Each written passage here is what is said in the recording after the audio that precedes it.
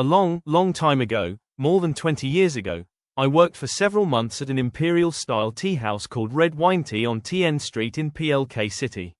Unlike most tea houses, which were elegantly and poetically decorated to give customers a sense of relaxation, this place had a strangely dark and eerie design. Most of the daylight coming through the front entrance was blocked by a decorative partition, leaving only two small openings on either side. The building stretched deep inside and had no windows, so entering it felt almost like crawling into a gloomy cave. That cave-like feeling became even stronger when you looked at the walls. Two mounted deer heads protruded from them, their branching antlers spreading outward and their dark, wide-open eyes staring in every direction. Nearby were the preserved bodies of wildcats, civets, and leopards, dried and arranged in lifelike poses, baring their fangs and extending their claws as though they were still alive. They were mounted on pieces of wood hanging along the length of the room, resembling a pack of wild animals preparing to hunt at night. A wooden shelf 3 or 4 meters high was filled with jars of liquor containing snakes of every kind. Black-striped, white-striped, and yellow-striped snakes lay coiled together at the bottoms of the jars. Above them, the head of a cobra rose upward with its hood fully expanded, as though threatening to strike whoever stood before it. There was even a jar containing what appeared to be a muscular human arm. The first time I saw it, I was terrified. I thought the owner of this strange cave had cut off the arm of some strongman and preserved it in a jar as a warning to others. Later, someone explained that it was actually a bear paw preserved in liquor, supposedly to make a medicinal tonic. From time to time, customers would enter while distracted by their phones. Then, suddenly looking up, they would discover an entire collection of wild animals staring at them in hunting poses, with several cobras farther away spreading their hoods threateningly. Realizing that they seemed to have wandered into some mysterious cave deep in the wilderness, they would get goosebumps, hurriedly pay their bills, and leave, never to return.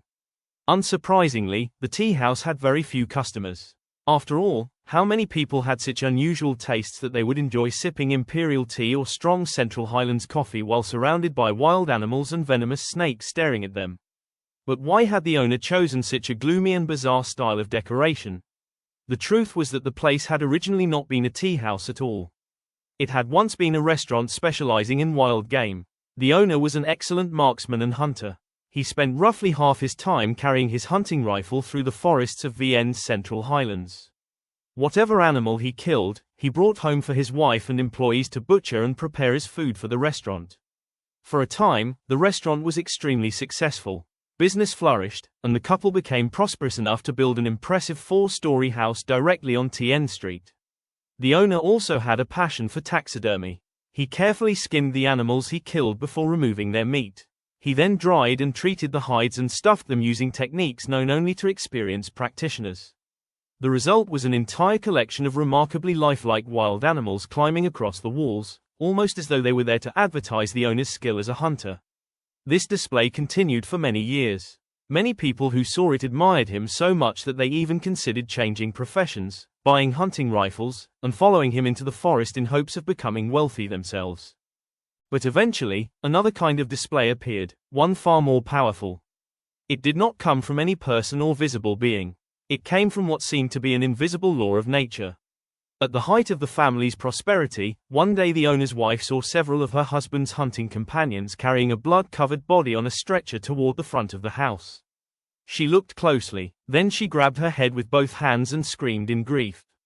The body was her husband's, the owner of the wild game restaurant.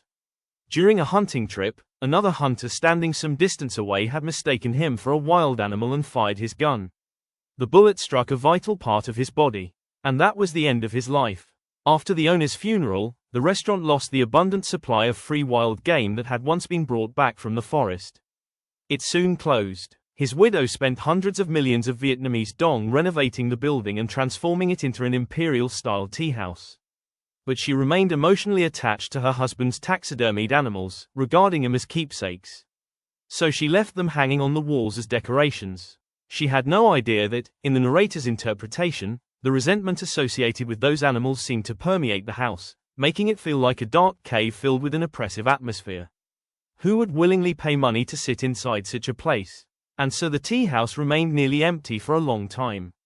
Very little money came in, while the family's remaining savings steadily disappeared. The widow had only one son, a young man in his 20s. She regarded him as her final hope, someone she could depend upon when she grew old and became ill.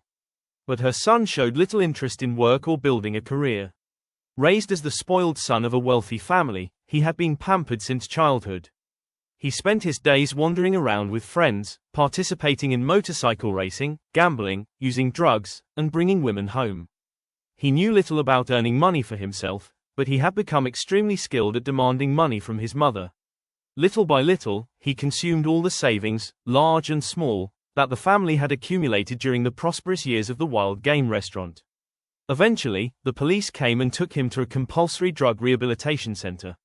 The widow had first cried over her husband. Now she cried over her son. And whenever she was not crying, she sighed endlessly over the empty tea house and the seemingly unstoppable decline of her family's fortunes. At that time, I knew nothing about the Buddhist teachings of cause and effect or karmic retribution. Yet the misfortunes unfolding before my eyes every day made me feel that some principle of giving and receiving was visibly operating there. I did not yet know terms such as cause and effect, karma, or karmic creditors seeking repayment. I simply thought of it as a kind of balancing law of nature. Whatever people throw into this world, at some point the world may return something of the same kind to them. The restaurant owner, the hunter whose name I can no longer remember, had already quietly taken his place on the family altar by the time I began working there.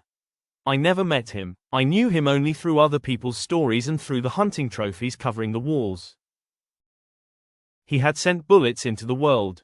And eventually, a bullet came back to him. During his many years of hunting, perhaps all he experienced was the excitement of holding a rifle, gently squeezing the trigger. Bang! And suddenly possessing another animal and another source of money. Perhaps he never truly understood what an animal felt when a bullet tore into its body. But then the day came when he himself was shot. For the first time, he experienced the agonizing pain that the animals he had once shot may have experienced. The wealth accumulated through bloodshed eventually disappeared through other circumstances. Later, after studying the law of karma more thoroughly, I came to interpret these events as only small and immediate karmic consequences, like the first scattered drops of rain before a great storm. From that Buddhist perspective, the greater and more enduring consequences of such actions might continue beyond what ordinary human eyes can see. Of course, this loosely told story about an unnamed hunter, with details of time and place that have become uncertain over the years, cannot reasonably be regarded as definitive evidence proving anything.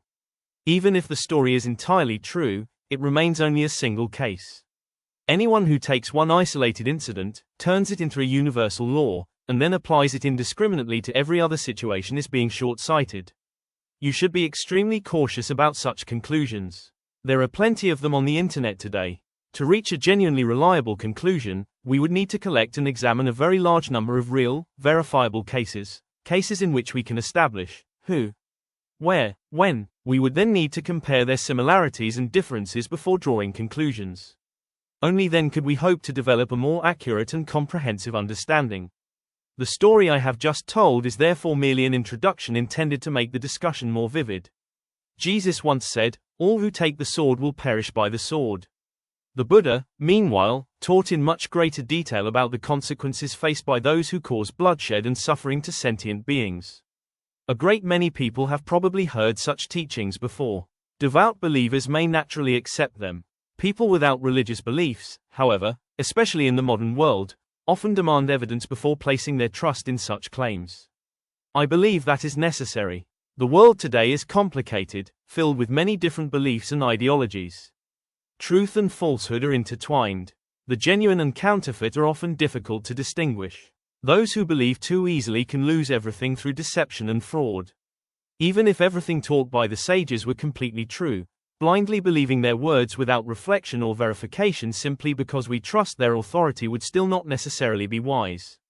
Why? Because the truths of existence are extraordinarily subtle and infinitely complex. Language cannot fully describe them. Even if enlightened sages completely understood reality, they could never express its entirety through the limited language available to human beings. They could only use a few brief and imperfect words to point ordinary people in the right direction, so that we would not become lost in the labyrinth of worldly suffering and could eventually reach the proper destination. Once there, each person would see and understand through direct experience. Imagine that you are holding an orange. You have eaten oranges before. Now your task is to describe the experience of eating an orange to someone who has never seen or tasted one. You must explain it so clearly that the person can understand exactly what eating an orange is like without ever tasting one. How would you describe it? Well, a ripe orange is orange in color. Its peel is about 5 millimeters thick. When you remove the peel, you smell the gentle fragrance of its essential oils. But what exactly does orange peel oil smell like? You have to smell it yourself to know. Inside are many juicy segments. They taste both sweet and sour, but not like the sweet and sour taste of strawberries or mangosteen. You have to taste them yourself to understand the difference. Orange juice has a pleasant fragrance too, but what kind of fragrance? Well, again, you have to smell it yourself. Do you see? Language becomes powerless before something as complex as the taste and aroma of an orange. Words can provide only a few general hints. No matter how familiar you are with oranges, you cannot completely communicate their exact flavor to someone who has never tasted one. Ultimately, that person must eat an orange to truly understand. If language cannot completely communicate the experience of something as simple as an orange, how could it fully express the profound workings of the universe? Therefore, if you think that merely memorizing the words of sages recorded in scriptures, and analyzing and interpreting their sentences, means that you have understood the truth of this world and grasped the workings of nature, you are greatly mistaken. The sages would probably be disappointed. They are like someone pointing out the correct road to a lost traveler. But instead of looking in the direction indicated, finding the road, and walking toward the destination, the traveler becomes fascinated by the pointing finger itself and spends all his time examining and admiring it. We should therefore regard the teachings of the sages as important guidance. Following the direction they indicate, we should open our eyes and observe life itself. We should step into the real world and investigate how those truths actually manifest themselves. And we should experience them through our own lives. Only then can we begin to witness more fully and experience more deeply the mysterious workings of this world. Only then might we cautiously say, I think I understand. With this way of thinking, I wanted to investigate what sayings such as, those who live by the sword die by the sword, or, killing brings karmic consequences, might actually look like in the real world. So I conducted a small survey. To my surprise, I found many apparently verifiable cases, and they were not particularly difficult to locate. Because there were so many, I will summarize only some of them below. These incidents were reported by established news outlets and can be independently checked through online searches. On the afternoon of April 2, 2016, Hunter PVD, 49, invited VHV, 38, to take a homemade gun into a forest near CP Hamlet, SD Commune, BV District, HN City. While climbing a slope, V slipped and fell. Something apparently caught the trigger of his gun, causing it to discharge accidentally. The bullet struck DV immediately rushed him for emergency treatment, but D died on the way to the hospital. On July 30, 2017, BVN and LTH went hunting in the area of Farm 747 in SC, Ia Dal Commune, Ia Hairdry District, KT Province. At around 2 in the afternoon, they shot and wounded a langur, but the animal managed to escape. The two men separated to search for it. A short while later, H heard movement in some bushes. Believing that it was the wounded langur, he fired several shots. When he approached to investigate, he was horrified to discover that he had shot and killed BVN. After bringing N's body home, H surrendered himself to the police. On February 21, 2017, a 33-year-old hunter named Private, from KR Hamlet, BT Commune, BT District, QN Province, entered the forest to hunt with two companions, PVN and PVB. The three separated in order to cover more ground. After some time, N and B suddenly heard a gunshot and followed the sound. They found no animal. Instead, they discovered T dead from a gunshot wound, with his homemade firearm still hanging from his shoulder. The two men brought his body home to his family for burial and reported the incident to the police for investigation.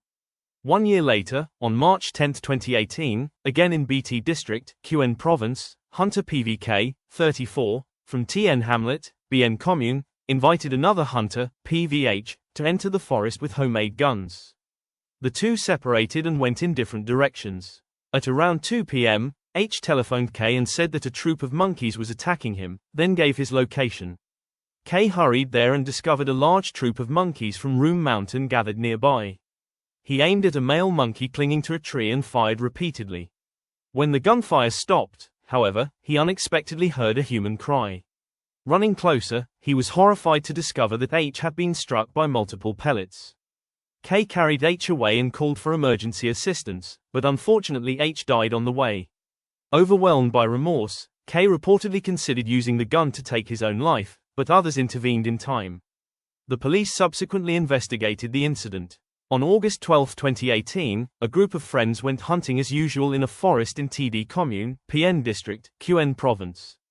Among them was CTH, from Texas Ward in TK City, and DLT. When the group reached an area near KT Commune, T spotted a corporal and raised his gun to shoot it. While lifting the firearm, however, he accidentally caused it to discharge. The bullet struck CTH in the hip, killing him. On February 24, 2018, DVN and HP, both residents of DN Commune, GN, DN Province, joined several other hunters and entered the NCT protected forest. Early the following morning, February 25, P heard movement in some bushes. He raised his homemade firearm and fired, believing the sound came from an animal. Instead, he accidentally shot N. The group brought DVN's body home for burial, while P surrendered to the police. On the night of September 28, 2019, Gad and San, both hunters living in DS Commune, DG District, DN Province, carried homemade guns into a protected forest in BL District, LD Province. Late that night, AD heard movement in the bushes. Believing it was an animal, he fired. When he approached to investigate, he froze upon discovering his hunting companion lying seriously wounded. Emergency efforts were unsuccessful, and the victim died shortly afterward. On October 11, 2019, TXD, 24, invited HVS, 16, and DQ, 17, to hunt in BGM National Park. All three lived in BL Hamlet, BGM Commune, BGM District, BP Province. After spotting a wild boar, D quickly fired, wounding it. The animal fled, and the group pursued it. They then noticed a snake crawling on a tree. D attempted to strike the snake with the butt of his gun. During the movement, however, the firearm accidentally discharged. The bullet struck him in the forehead, killing him at the scene. On the night of May 23, 2020, two hunters, NVT, 30, and NVH, both residents of TT Commune, LH District, LD Province, entered a forest in sub-area 289 of TT Commune to hunt. Because it was dark and the two men were standing some distance apart, H mistook his companion for a wild animal and fired. By the time he approached and realized what had happened, it was too late. NVT had been shot and died from his injuries.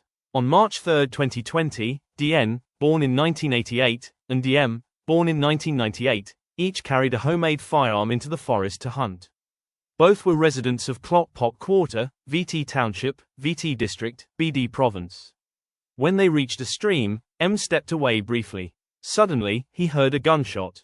He hurried back and found N covered in blood. A bullet had passed upward from his abdomen into his chest, killing him. Police investigators suspected that N may have slipped, accidentally causing his gun to discharge. Now let us leave VN for a moment and look elsewhere in the world. In January 2018, Pero Jelenic, a 75-year-old veteran hunter from Croatia, traveled to South Africa after many years of hunting in Europe because he wanted to hunt different animals. On that occasion, he spotted a lion and aimed his rifle. Bang! The bullet killed the animal immediately. Pero was reportedly excited by the kill. Not long afterward, he saw another lion and was preparing to shoot it when bang! Bang! A series of gunshots rang out. This time, Pero himself was struck. He suffered fatal gunshot wounds and died at the scene. At the time described in the original account, police had not determined who fired the shots that killed him. The incidents above represent only a small selection of cases involving hunters dying from gunshot wounds between 2016 and 2020, mostly in VN. If the investigation were expanded across many countries and over a much longer period, the number of cases would undoubtedly be much larger. But what if death comes not from a bullet, but from the very animals that hunters or animal catchers pursue? Could such cases also be interpreted as karmic consequences? From the author's perspective, they could, because karmic consequences may manifest in many different ways. On November 4, 2012, NT, a professional snake catcher, went with several others to capture snakes in the hills of HL Commune, HL District, Quart Province. At around 2 in the afternoon, T discovered a king cobra entering a burrow. He used tools to dig into the burrow and managed to pull the snake out. Suddenly, the cobra struck his hand with lightning speed. He was taken to HL General Hospital and later transferred to QT General Hospital. Doctors were unable to save him. At around 9 p.m., he died after suffering the effects of the snake's venom. On February 25, 2014, NXD, 52, a resident of Ward 4 in VL City, traveled to CT on business involving the collection of a debt. He stayed in room 305 of NH Guest House in HP1 residential area, HP Ward, CR District, CT City. Knowing that D greatly enjoyed and frequently ate snake meat, one of his friends had previously given him a cobra. D placed the snake inside a bag and left it in the bathroom without much concern. At around 5 in the morning, D's wife received a phone call from him. Speaking weakly, he told her that he had just been bitten by the snake. The call then ended. His wife repeatedly tried to call him back, but no one answered. She and other family members immediately used the location information from his phone to find him in CT and went to the guest house. When they opened the door, they found D dead on the floor. 2 dark bite marks were visible near his foot. Nearby, a cobra approximately 1.1 meters long was coiled beneath a table. Somehow, it had escaped from the bag. The original account interpreted the event symbolically as though the snake had taken revenge on behalf of its kind. On January 20, 2013, a butcher surnamed T was working at the Sheung Shui slaughterhouse in Hong Kong. After stunning a pig with an electric prod, T believed the animal was dead and picked up a knife to butcher it. Unexpectedly, the pig regained consciousness and struggled violently. T fell, and the sharp 40-centimeter knife in his hand penetrated his left leg and severed an artery. Blood poured from the wound. His colleagues rushed him to emergency treatment, but he could not be saved and died at the hospital.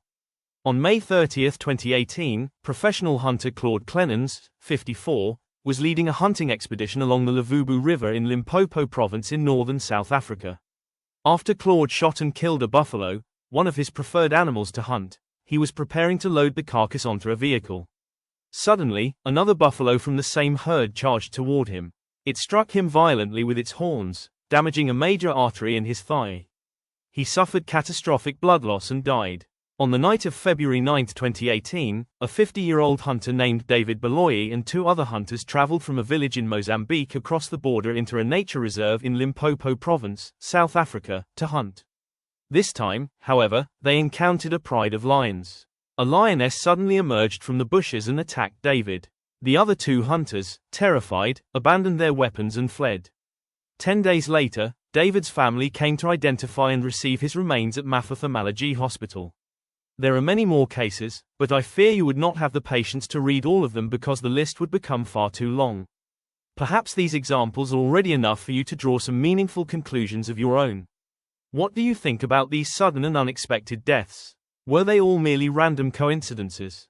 Could our interpretation of them be a form of confirmation bias? Or is there truly some deeper law operating behind them all?